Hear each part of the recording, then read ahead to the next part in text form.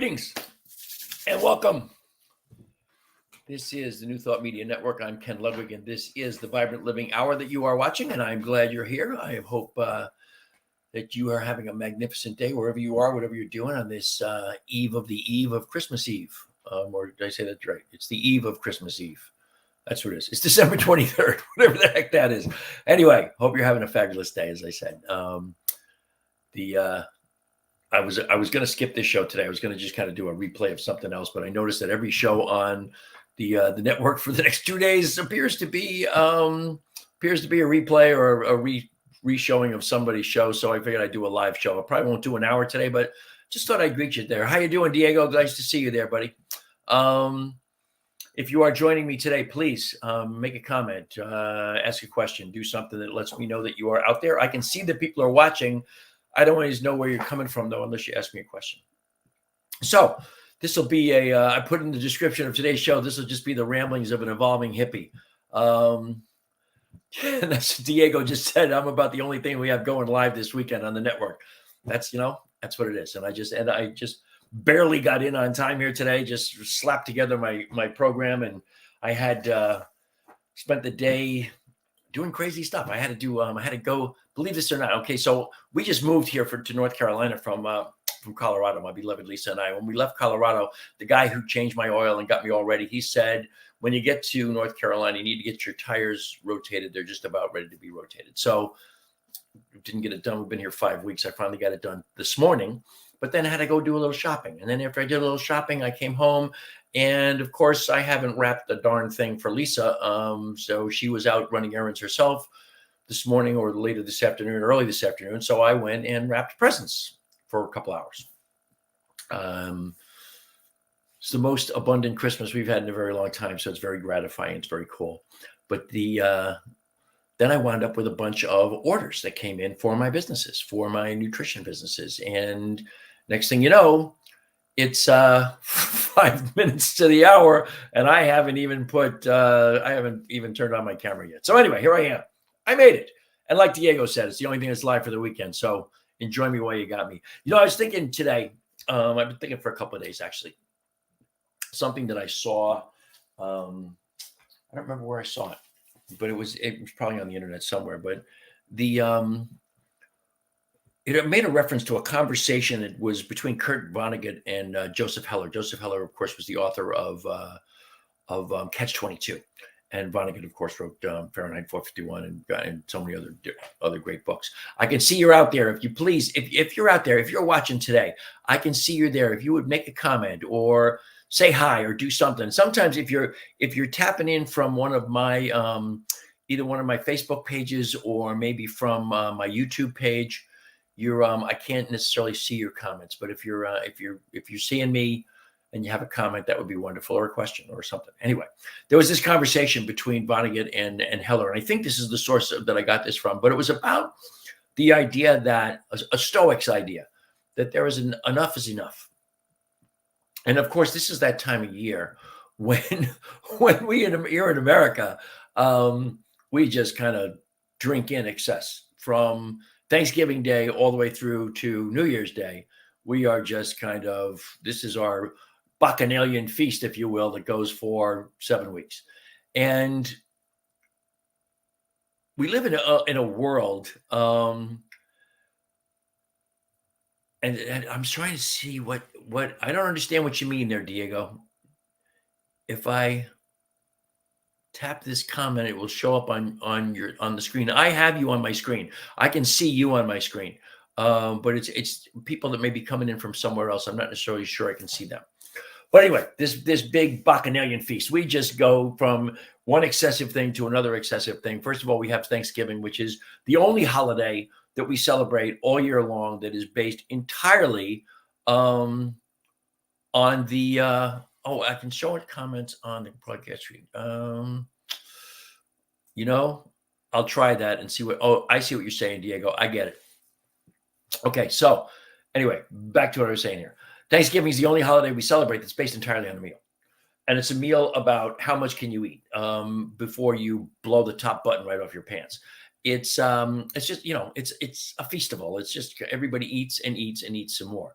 And Once again, I can see that you're out there. I can see that you're watching the show. If you can make a comment that I can see, not all comments come through because depending on where you're watching from, but make a comment, ask you a question. I just like to, or just say hi. I just like to know you're out there and like to know who it is, and I'd love to greet you when you come on board. But we just, Thanksgiving is this big thing, and then Thanksgiving Day is the feast. The next day is Black Friday, and it's just Black Friday is, I don't know who came up with that, but that's an insanity is what Black Friday is. And it's a time when a lot of stores are finally learning that they should close on Thanksgiving and maybe even on Black Friday. But for the most part, stores are open and they have these huge sales and people go in there and literally beat each other's brains out to get stuff. I can remember, this is a crazy story. Many, many years ago, there was a store or a small chain of 8 stores on Long Island, New York City, and upstate New York called Mays, M-A-Y-S. It was Mays Department Store. And I worked there actually for them for a couple of years and as an assistant receiving manager when I was just 21 years old. It was the best job I ever had. But my brother Mark, hi, Charmaine. How are you, darling? Great to see you here. My brother Mark, I can remember one Christmas, he went down into the lower level of the Mays department store, and that's where the toy department was, and sporting goods and things that people were really looking at for Christmas time. And the giftware department was down there. And my brother Mark just went like, they would wheel out these big bins full of sale items. That's the kind of store it was. And the guy who was ever the manager or assistant manager of the department that item was coming from would scream out, "Okay, ladies, here you go. Blah, blah, blah. We got all this stuff and it's for sale and it's a great deal and blah, blah." My brother Mark just started doing that for the hell of it.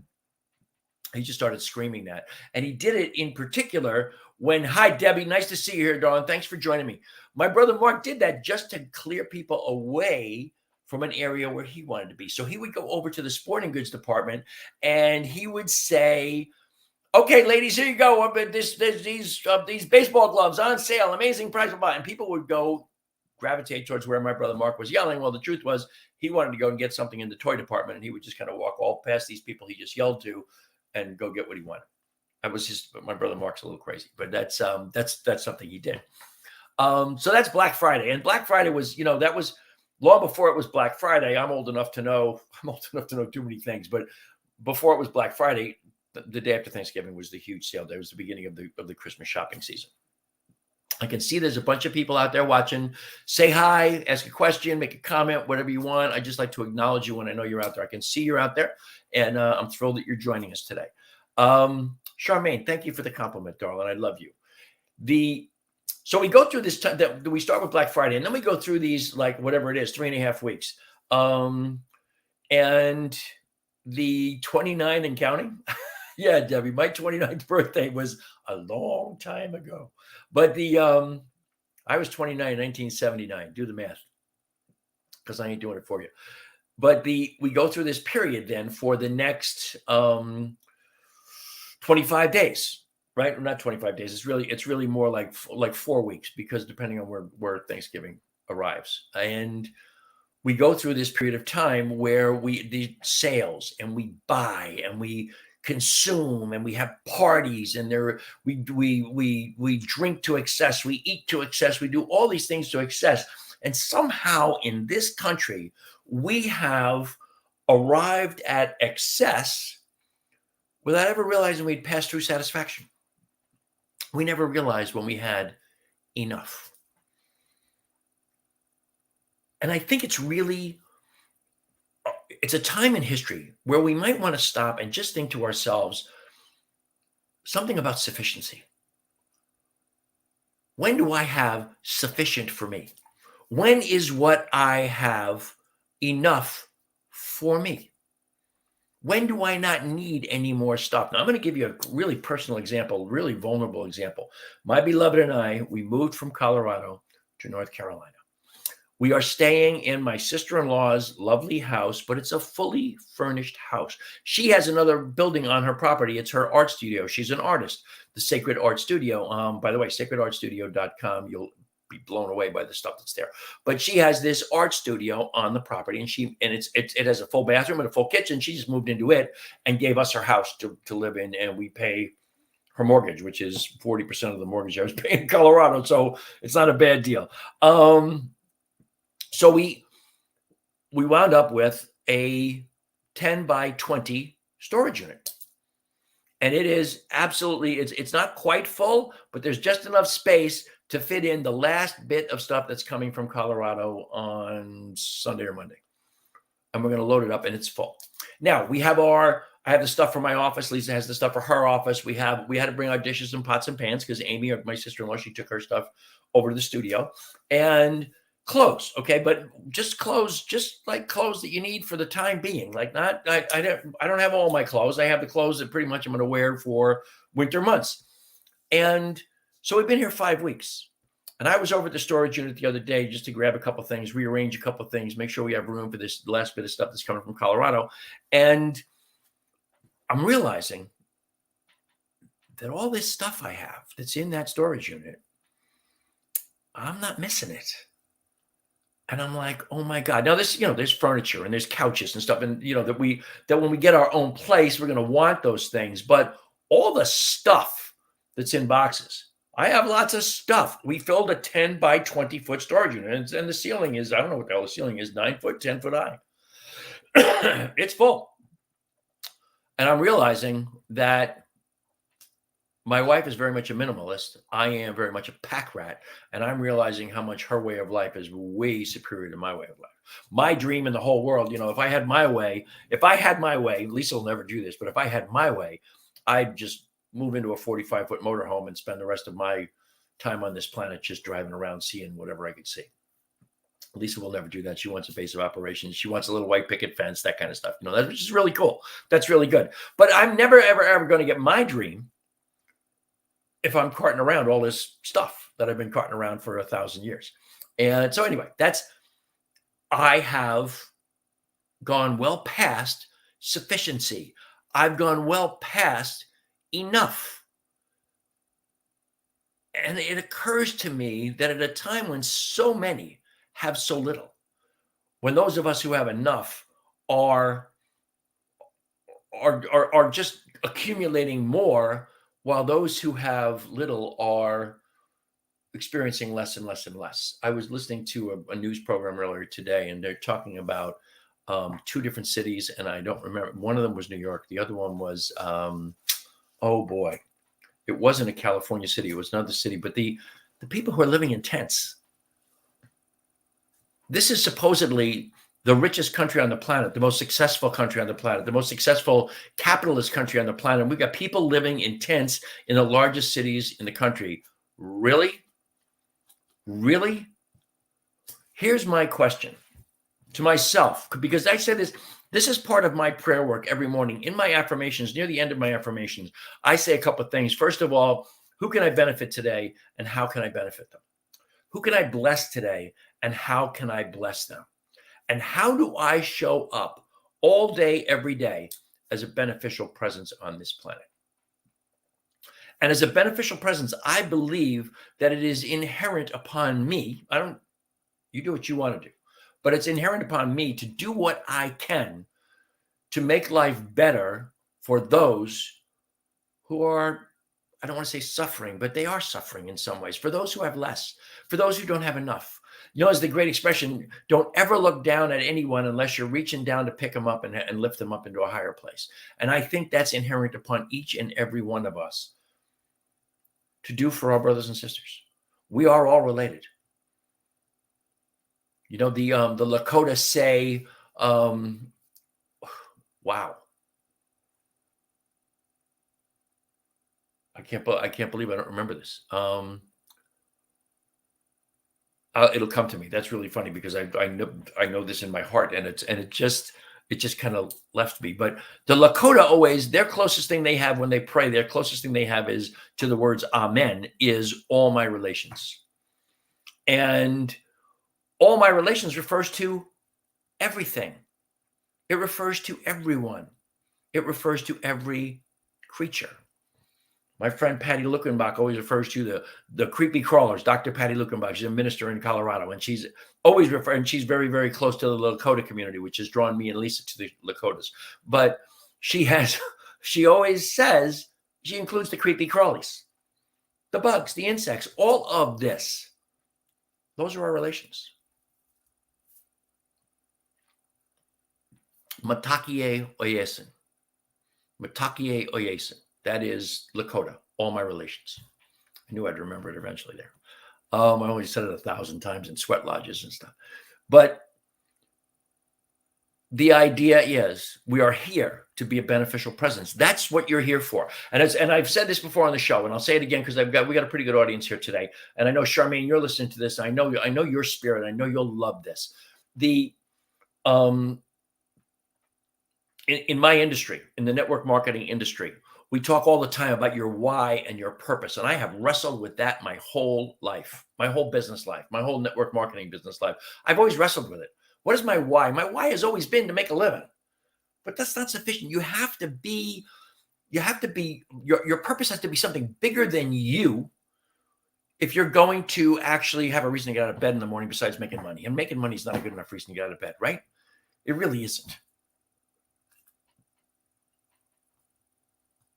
And it came to me in just the recent past, just the last several months. It came to me in meditation. All right. And I've been meditating for a very long time. It came to me in meditation that my purpose, my why, is to be a beneficial presence.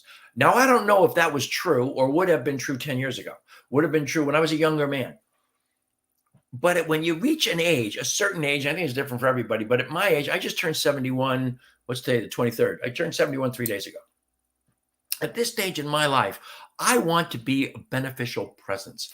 I want to recognize myself as someone who is doing things for the great benefit of others more than for the benefit of myself. That makes sense. Do you think that's a cause? Do you think that's a reason to get out of bed in the morning? Now, I'm not, and I'm telling you, that's part of my prayer work. Part of my affirmation in the morning is to ask the question: how do I show up every day as a beneficial presence? And that's not an asking for a roadmap. That's an asking for basically an overall view of me. How do I show up that way? What do I do to get to that place where I am a beneficial presence on the planet? Compartmentalize that a little bit. How am I a beneficial presence to every person with whom I come in contact? Not everything on the planet, not every creepy crawly, not all the creatures, everyone with whom I come in contact. How am I a beneficial presence where they're concerned? How do they see me as someone they're glad to see? How do they see me as someone that they are happy they came in contact with? That's a beneficial presence, I think. And one of the ways that to bring this back to the beginning of this whole conversation, one of the ways I believe that I can demonstrate my presence as a beneficial presence is to recognize my sufficiency and to then do what I can do with my excess to benefit others. Now, we did a lot of that when Lisa and I moved. We did a lot of that with a lot of donations, a lot of stuff. We purged. I can't even believe how much stuff we purged. We moved 4 years ago from a home that I had lived in for 26 years to a townhouse that we lived in for 3.5 years. And in that move, we purged a lot of stuff. In the move from Colorado to North Carolina, we purged even more. Now I've got all this stuff in storage, and I'm looking at it going, you know what? A lot of that's got to go as well. How does it go? It could go to people that need, people who would be appreciative of that in their lives, as opposed to me just accumulating more and more and more and more and more. Other piece of that is I am very, very grateful for all that I have. I am grateful for how everything has unfolded in my life, especially recently, how everything came together for our move to North Carolina, how Amy very graciously suggested that we use her house as our base of operations, how we just spent a week, last week we spent 2 days at an old friend, actually a sister of an old friend of Lisa's from New Hampshire, who lives here in North Carolina. We spent a couple of days at she and her husband, they have an incredibly beautiful house on Lake James in a little west of here, a couple hours west of here. And we went and spent time with them and looked at other parts of the state because we want to be to the west more by the mountains. We're Colorado people. We're mountain people. We don't want to be living in the city. We want to live in the mountains or close to the mountains, as close as we can get. Grateful for that all transpired, that it all came to be. I keep coming back to, is that true, Charmaine? New Hampshire is your home state. Wow. Lisa graduated from high school in New Hampshire. She didn't live her whole life there, but she lived a good deal of her life in New Hampshire. So that's interesting. But New Hampshire is a beautiful state, by the way. I've only really been there a couple of times. And I've been there both times I've been there. It was in the fall and there wasn't a leaf on a tree, but it's just even beautiful in the fall. I mean, it's just a beautiful part of the country, but it's a little chilly up there. And as I get older, chili makes a difference, right? I always joke that in the wintertime, my main fashion statement is warm. But that's, I'm grateful for all the things that have transpired that have made this journey what it has been so far, 5 weeks in. I'm looking forward to, after the first of the year, to finding our permanent home, to just find that place where we can plant ourselves and to make sure that we always have an extra bedroom that we can have our friends come to. What town, Charmaine? What town? Lisa graduated from high school in Manchester. I think I read this last week on the show. I want to read it this week on the show. And I'm not going to read it now. I'll read it later. So yeah, that's my message on sufficiency and enoughness and our crazy consumer society where we are just, it's buy. Wow. Charmaine, is that really possible? You're much younger, I think, than Lisa, but it's really amazing. That Charmaine is actually saying, you guys can't see this. Charmaine actually graduated from in the same town. She graduated from Central High School in Manchester, New Hampshire. I went to Lisa's 25th high school reunion a few years back in Manchester, not in West Virginia, New Hampshire, New Hampshire, Manchester, New Hampshire. Anyway, that's very cool. We'll have to compare notes on that, sweetie. That's very amazing. So and the other thing I had a couple of things I wanted to talk about today, but I don't know where they are or what they were. But like I told you, this is kind of a discombobulated day. I did have a couple of things that I want to kind of give to you. Take these into the new year, and I'm going to do a show next week, I'm sure, before the new year. But take with you the idea that if what we're doing is not fun, if what we're doing is not if we're not enjoying what we're doing, then we need to find something else to do. I don't care what that is. I don't care if it's work, home life, whatever. Find something else to do. And find something that you can be grateful for all the time, that you can always be grateful for. So that attitude of gratitude is constantly creating the space for more things to be grateful for.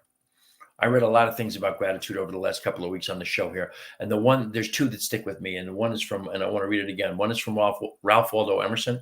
It is cultivate the habit of being grateful for every good thing that comes to you and to give thanks continuously. And because all things have contributed to your advancement, you should include all things in your gratitude. I just love that. That is so much that idea of everything. Be grateful for everything. I don't care what it is. And I've said this before, sometimes what happens in the moment looks like suck, but be grateful for it because, as Emerson says, all things have contributed to your advancement, to your growth, to your continuation as a human being, to your next highest vision of you and who and what you came here to be and do. Everything has contributed to that advancement. Be grateful for all of it. And the other quote that I'll read again is from Ernest Holmes. In everything, give thanks. An attitude of gratitude is most salutary and bespeaks the realization that we are already in heaven. I love this. And I've seen this quote. I mean, it's from his amazing book, The Science of Mind. The Science of Mind is the single most influential book in my life. It changed my entire existence, my entire philosophy of being came from reading The Science of Mind, a book that I have read. It's 600 pages long. I've read it 3.5 times. But I've read that quote from Holmes multiple times. An attitude of gratitude is most salutary. And the one thing I never did was look up the word salutary, because I really, honest to God, didn't know what the hell it meant. Salutary simply means, boil it down, it means that an attitude of gratitude creates an atmosphere into which we can attract more things for which to be grateful. That's salutary. It creates almost a vacuum in which we can attract more things for which to be grateful. That does not mean stuff. That's really funny. Debbie just posted that. Not just stuff, good stuff, like what's his name? John, the late congressman, who said cause good trouble. Cause good stuff. Good stuff is everything. Stuff in the sense of George Carlin's stuff. Stuff as in your attitude, as your presence, your the gifts you bring to the world, whether those be mental, emotional, or spiritual. They do not have to be physical. That's your stuff. An attitude of gratitude is most salutary and opens the space for that stuff to be things that you can then express into the world.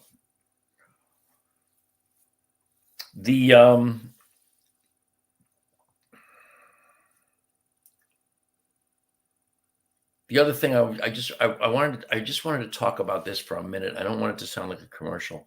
There's lots of people out there that are hurting these days, and those people are looking for things to do. If you are that person, if you know that person, if you know someone who is desperately looking to express themselves, that's what I'm finding is really an incredible piece of the puzzle post-pandemic here. Well, not post-pandemic, but between pandemic and endemic, which is another subject altogether. This virus is going to be with us forever. And Anna, I'm always so grateful to see you here, and I'm so grateful for your expression. That you've had the opportunity to meet new people and to spend time with them in Florida and Vegas. And I love you, and I'm so glad that you're here. What was I just saying? My God. Okay. The people who are looking for something to do, let them, just encourage them. There are so many opportunities out there in this day and age for people to just embrace entrepreneurship.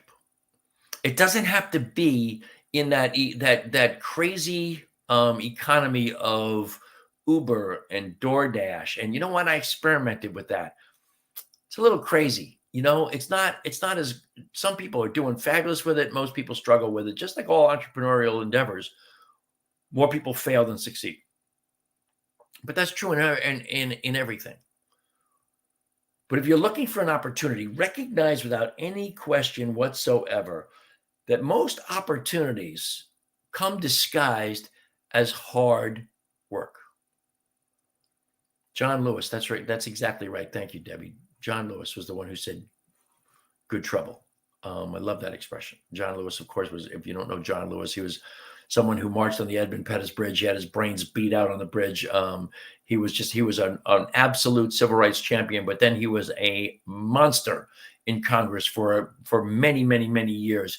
A driving force who created opportunity for people just simply by recognizing that we are all brothers and sisters. Back to something I said earlier in the show. John Lewis was instrumental in all of that. But back to that idea that opportunities are almost always disguised as hard work. And so most people don't even recognize that they're there. It is hard work to be an entrepreneur, but it's harder work to go to a job every single day of your life that you can't stand, that you hate, where you're making less money than what you think you deserve or less money than you think you want. And every day you're in pain. You don't want to do it. There are lots of jobs out there, lots of opportunities out there that you can start part-time. I am someone who is in that realm. And I just want you to know that part of my idea of being a beneficial presence is to absolutely give to you the opportunity to join me and others like me in opportunity.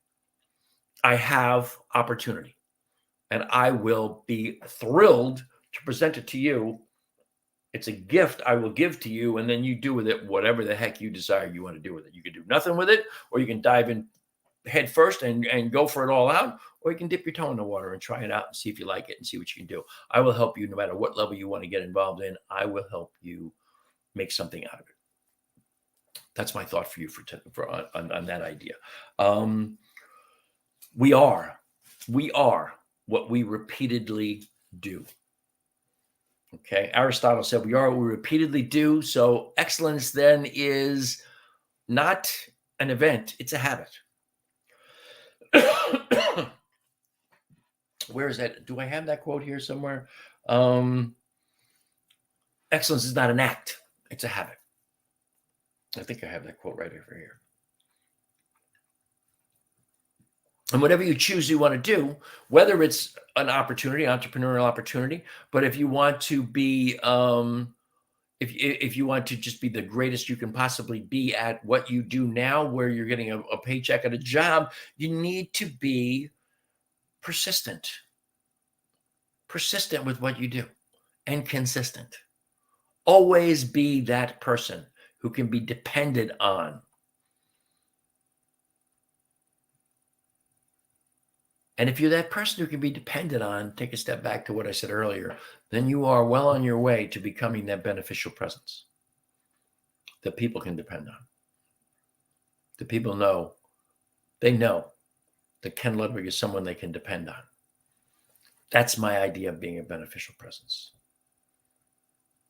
And that's who I want to be in the world. That's how I want to show up in the world. And that's part of my affirmation every single morning, as I said earlier. How do I demonstrate every single day that I am a beneficial presence? What else do I have for you today? I love you guys for watching today. Thank you so much. And anyone else who's still watching or just came on, make a comment, say hi, ask a question, whatever works for you. I'm not going to do an hour today. I'm going to cut this short. It is Christmas week. Like I said, it's just lucky that I even got on today. And as Diego said earlier in the show, I'm about the only live program on network for this weekend. So not even the weekend yet. It's only Thursday. But I'm about the only live show on for the whole weekend. So here I am, and I did a little live show for you. I hope you who are out there, I hope you're enjoying what we're talking about today. Just stuff that's really kind of, I think I advertised the show today, the ramblings of an evolving hippie. There's another thing for you. If you're on Instagram, my Instagram is Evolving Hippie, Evolving_Hippie. And I'd love to have you follow me or join me there.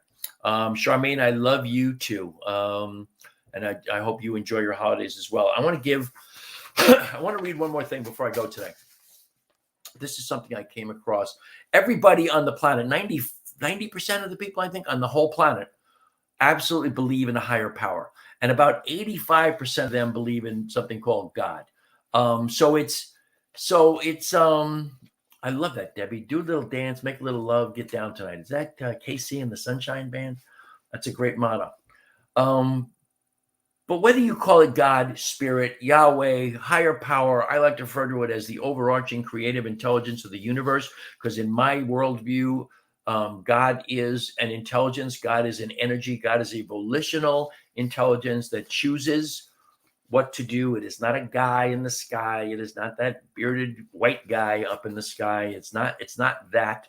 God is an intelligence. God is an energy. And if you want to worship God, your God, my God, whatever God you want to worship, here's some ways to do that this holiday season. Because remember, God is in all things. In religious science, in metaphysics, we as opposed to saying God is everywhere, we refer to the fact that there is no place where God is not. There is no place where spirit is not. There's no place where that overarching creative intelligence is not. That means in every cell of your body. That means in the spaces between every cell of your body. And understand, there are more spaces than there are cells. But here's some ways that you can express I don't want to say worship so much. This is how you can express your understanding of the divine, your understanding of God, your desire to please the Almighty. Feed him when he's hungry. House her when she's homeless. Hug him when he's broken. Heal her when she's sick. Mourn with him when he's grieving. Laugh with her when she's rejoicing. Welcome him when he's seeking asylum. Care for her when she's widowed. Adopt him when he's orphaned. Visit her when she's in prison. And then when you're in church, sing songs to it in church.